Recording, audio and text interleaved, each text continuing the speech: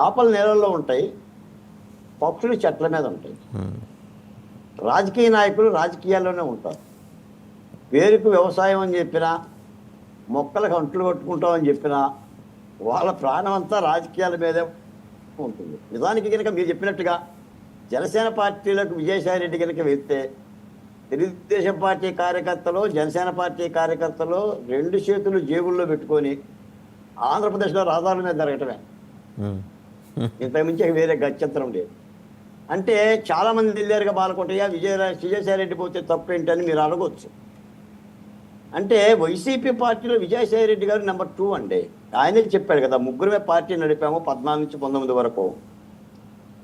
మన పీకే ప్రశాంత్ కిషోర్, నేను, జగన్మోహన్ రెడ్డి గారు అన్నారు. ఆయన స్థాయి వేరు. మరి ఇప్పటికిప్పుడు అలాంటి నిర్ణయాలు కనుక రాజకీయ పార్టీలు తీసుకుంటే, అది జనసేన తీసుకున్నా, భారతీయ జనతా పార్టీ తీసుకున్నా, లేదా తెలుగుదేశం పార్టీ లాంటి పార్టీలు మితవాద వైఖరి అనులంబిస్తే అది ఆత్మహత్య సదృశ్యం అవుతుంది తప్ప ప్రజలు ఎవరు హర్షించరు.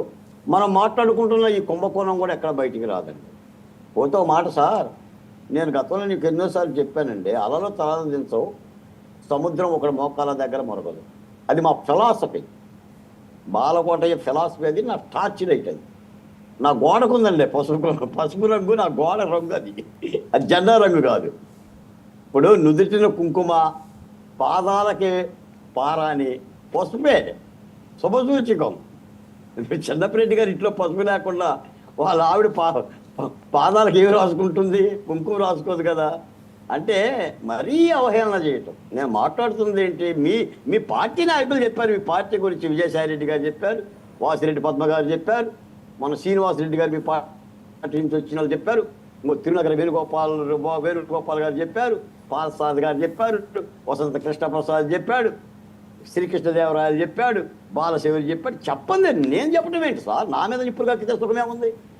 నేనేదో ఒక్క మాట మాట్లాడితే మీరు కింద తదైపోతే ఎట్లా? మీకు వాస్తవాలే మాట్లాడండి. విజయసాయి రెడ్డి గారు చెప్పిన మాటలే చెప్పా.